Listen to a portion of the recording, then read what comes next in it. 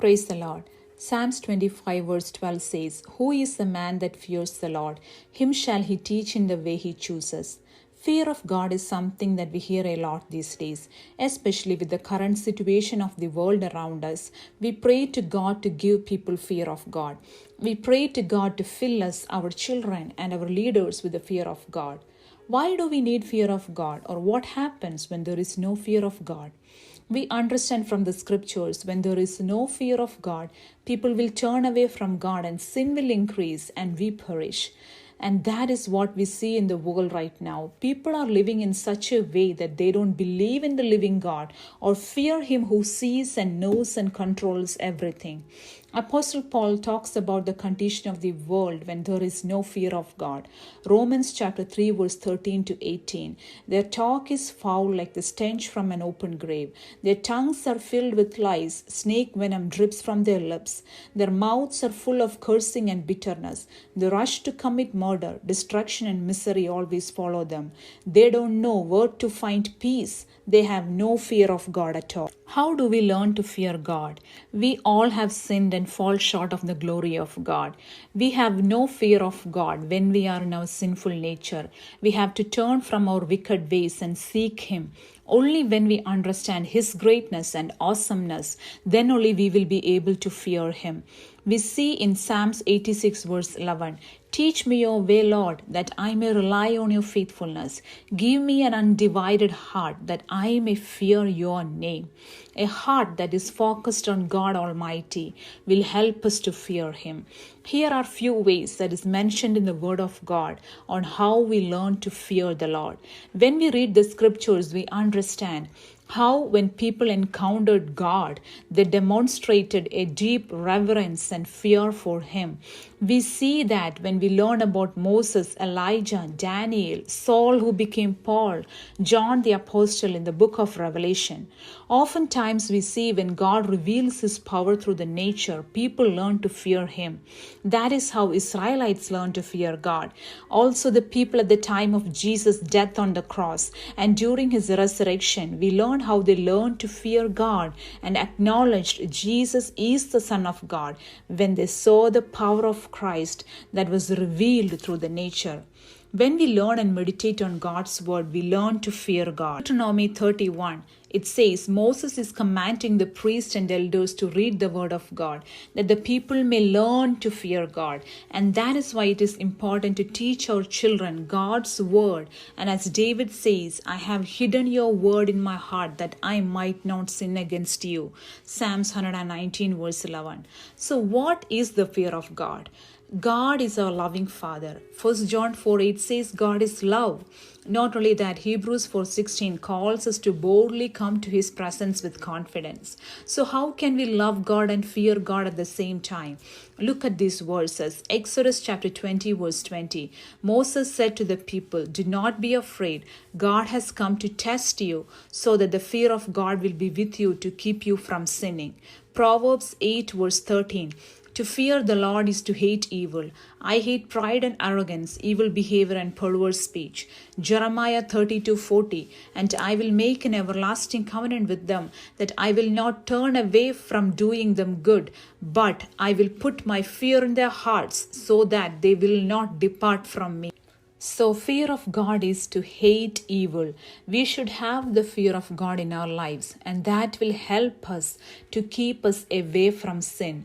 Love of God leads us to the cross and cleanses us and covers the multitude of our sins, which will give us a way to enter His presence. But we should have the fear of God in our lives, and that is what will help us to stay us in presence. In what is the result when we fear God? We saw already that fear of God helps us to hate evil. Fear of God will teach us His ways. Let us look into a few more results of fearing God. First, fear of God gives us wisdom, knowledge, and life. What does that mean? We all pray to God for wisdom and knowledge, especially before taking any important decisions, taking exams, or few of us every morning we pray to God to give us wisdom. And Proverbs 9:10, Proverbs 1:7, Proverbs 14:27, Job 28:28, Psalms 111 verse 10, all these verses say that fear of the Lord is the beginning of wisdom. Fear of the Lord is the beginning of knowledge. Fear of the Lord is a fountain of life. Fear of the Lord is true wisdom. So wisdom comes from the fear of God when we keep away from evil. When we fear God, He will show us the way that we should go. He will show us what to do. Then we decide to choose God's ways over our ways, obeying Him even when it is hard for us. And that is true wisdom that comes with the fear of God.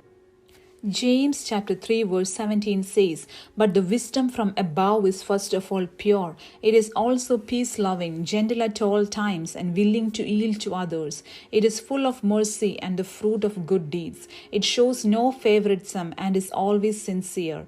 And that is what the world needs right now. For everyone, wisdom from above. And that starts with the fear of God. Secondly, when we fear God, we will become God's friends. The Lord is a friend to those who fear Him. He teaches them His covenant. Psalms 25 verse 14. In another version it says, "The secret of the Lord is with those who fear Him, and He will show them His covenant." We all desire to be the friend of God. There is a song that says, "I am a friend of God and He calls me friend." So if you want to be the Lord's friend, to whom He will reveal His secrets, this is the way. Fear the Lord. In 2 Chronicles chapter 20 verse 7, Isaiah 41:8, and James 2:23, we see Abraham is mentioned as a friend of God because he feared God. He feared God and believed in Him. He was even ready to sacrifice his promised son Isaac on the altar when God asked him to. He trusted and obeyed God completely. In Exodus 33 verse 11, we see Moses is referred as God's friend. And it say the Lord would speak to Moses face to face as a man speaks with his friend. John 15 verse 14 to 15 says, "You are my friends if you do whatever I command you. No longer do I call you servants, for a servant do not know what his master is doing. But I have called you friends, for all things that I heard from my Father I have made known to you." This is Jesus telling His disciples. This verse clearly says we are God's friend when we do whatever He commands us. And we understand from the same passage, before He calls us His friend, we have to be a servant. A faithful servant who obeys whatever the master commands becomes the master's friend. So fear the Lord, hate evil, obey Him, obey His word, and we will be called the friends of Almighty God. Fear of God is to hate sin and live in obedience to His word. It is a deep, holy reverence to God and His word. And that is the beginning of wisdom which we all are seeking.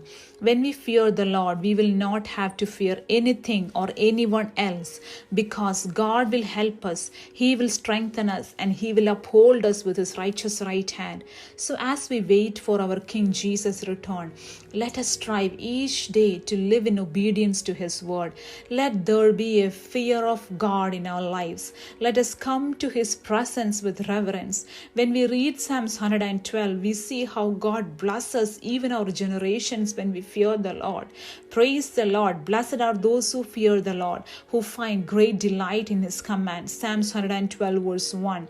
The wise King Solomon says in Ecclesiastes chapter 12 verse 13 to 14, "Now all has been heard. Here is the conclusion of the matter. Fear God and keep His commandments, for this is the duty of all mankind. For God will bring every deed into judgment, including every hidden thing, whether it is good or evil."